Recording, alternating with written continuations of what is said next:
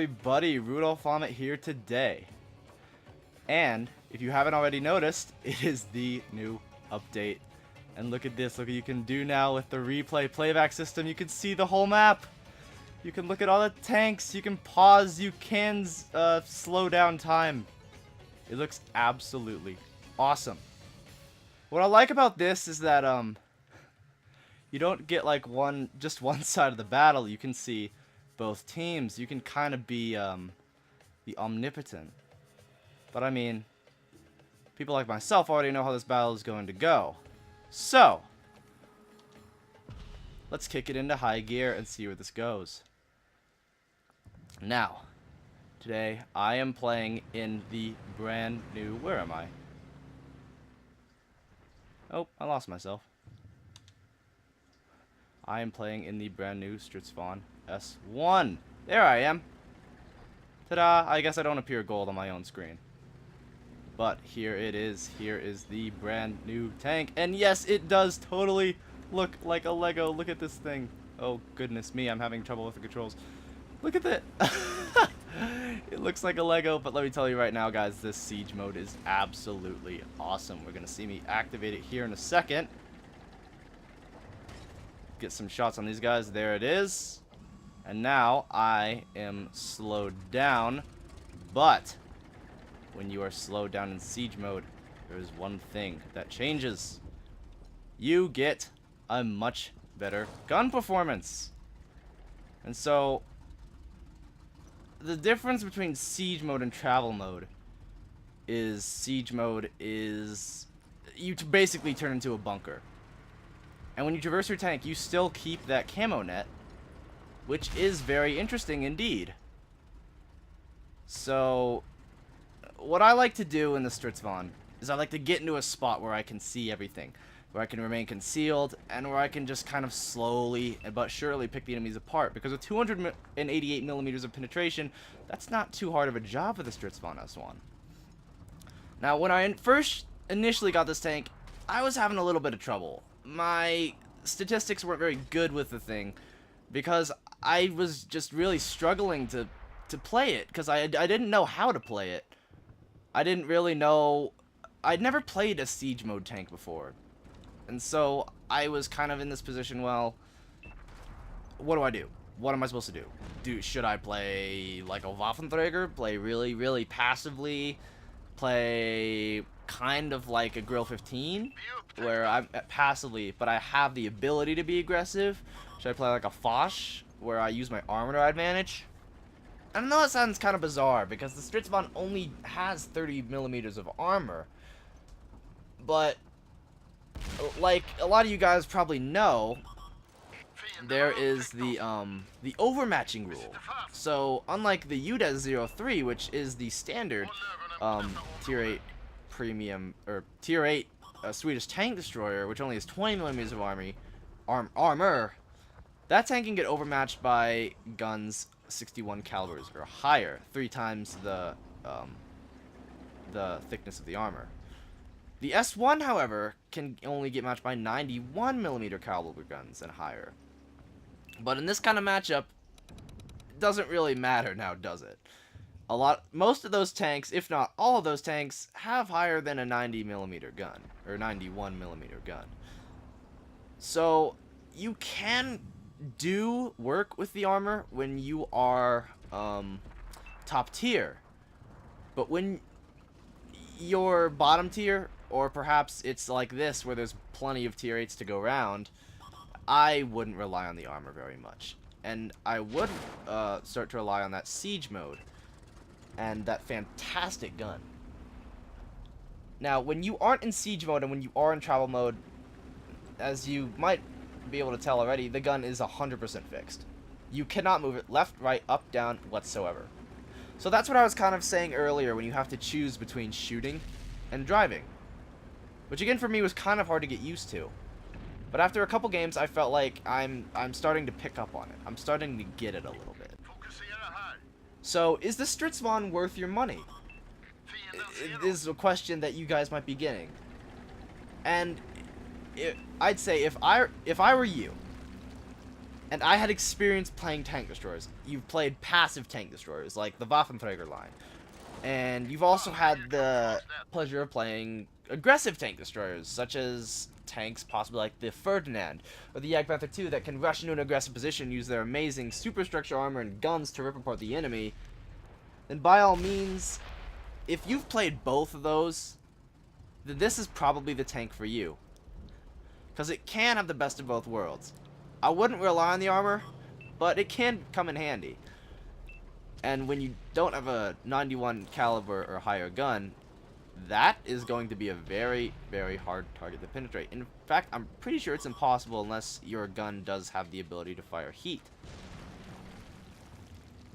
So what you see me do there is switch to travel mode. And in travel mode, I think the Swedish tank destroyers are very interesting because they can go almost as fast as they can when they're going forwards in travel mode. So this thing can go 45 kilometers backwards and 50 forwards. So yes, its pullout game is incredibly strong. So what I chose to do there is I made the choice to go into travel mode to get some distance between me and that 34-2. Because I don't like playing peekaboo at close distance with a tank like this. This tank loves to keep its distance. This is a true sniper. So yes, I think the Stridsvagn will be worth your money. And like I said before, if you've played both of those halves, then you will like the Stridsvagn. It might take a little bit of getting used to, but overall, in the end, I think it's a very, very good tank, and it's a very enjoyable tank at that. As I mentioned in the beginning of the video, the camo net and the binocs, if you choose to mount both of those, do remain if you choose to go into siege mode and wow, I'm really losing my train of thought here. If you choose to go into siege mode and remain still. Now, when you are in siege mode, the tank maneuvers to fit the normal role of a turreted tank, or a tank with a gun that isn't fixed. So the camo net and the binocs will remain.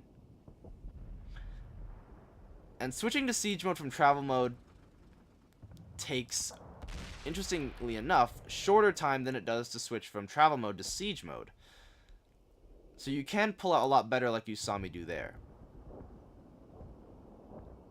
So I would try not to fire the gun at all in travel mode because it's 100% fixed. So you're not going to get any work done with it. I mean, obviously, because that's what siege mode is for. So the Stridsvagn S1, I feel, is for very, very patient players. If you're an aggressive tank destroyer player, I would not get the Stridsvagn S1. If you can play both roles, then by all means, it's your tank. But if you like that aggressive playstyle, it won't be worth your money. You will be very, very disappointed. This tank requires a lot of patience. So, going off on a little bit of a tangent here, there's that other Stridsvagn, the M4257, which I did buy the Mega Bundle, so I got both of them. And, you know, on paper, the M4257 doesn't really seem that special. It doesn't really look like a very good tank, and oh my goodness, the Borsig just bounced off of that. That is very interesting, concerning the overmatch rule. But, well, tip for anyone who has a Stridsvagn, there's a little plate on this side of the tank. Those armor panels right there. Oh, it's either those tracks or those bags right there that count as 45 millimeters of armor. So that's the only reason that Borsig was not able to penetrate. Otherwise, it would have gone through every single time. So just another novelty of that tank destroyer. But anyways, along the lines of that medium tank, that tier 6 premium autoloader that's kind of like a Sherman hybrid with an AMX-12T, it's a very fun tank. It's, like I said in the previous video, again, I find myself repeating myself a lot of the times, but it doesn't have the turret armor of the Kronvon. It never will. It doesn't have the gun depression, so you can't play those hold down games that you might have seen people playing in the Kronvon where they just harass people, and there's absolutely nothing they can do to the Kronvon because of the sloping and the thickness of the overall armor. It's just not fun to shoot at. because it's like shooting at the turret of an IS-7, but it's better than the turret of an IS-7. You will just never, ever, no way in hell penetrate it. It's the words can't explain. You can't explain how a certain tank feels until someone's actually tried it themselves. It's like trying to explain how seafood tastes to someone who's never had seafood before. It's just a whole new cup of tea. Now, given I have only had the novelty of playing the Kronvon on test servers on PC, but it's something. It's something. And I'm not exactly sure what the exact release date of when the Swedish tank grindable lines are actually to come out. But I anticipate it should be sooner than later. But knowing Wargaming, it might be a little later. So yeah, that's the Stridsvagn. It's a Lego. It still retains very good camo. It probably won't be as good as the UDES when it enters the game. In fact, I don't think it ever will be. But it's a nice kind of pedestal and kind of step towards when we're going to be experiencing those Swedish tank destroyers with the siege mode. So here I switched to siege mode to get ready for that M6 because I had to make a choice. I had to get into a better position to compromise them or to switch to siege mode. And I chose to switch to siege mode. So here I did load some gold rounds because they do have around 330 millimeters of penetration, which is no problem against the M6A2A1. Now 288 I feel would be able to contest his armor, but 330 is just absolute overkill. And it's a premium tank. It will make back your credits. So yeah, guys, that is my first impression of the Stridsvagn S1. And this was my ace tanker. This was about my probably 15th battle in this tank. It took me a while to get used to. And it really, really took me a while to get used to. I was really having some struggles playing this tank. But it's a really nice ease into the play style of how the Swedish tanks are going to be. It's a very good tank destroyer. It's a very unique tank destroyer. This is a tank that console players have never seen before. This is a playstyle that console players have never seen before.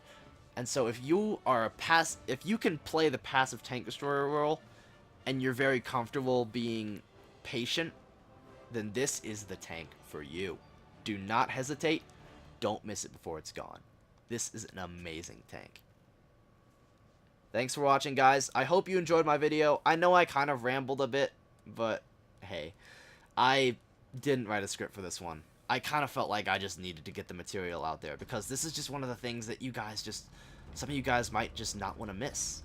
It's just so unique, and it's been so hyped getting into the game that I wanted to get a video out there as soon as possible.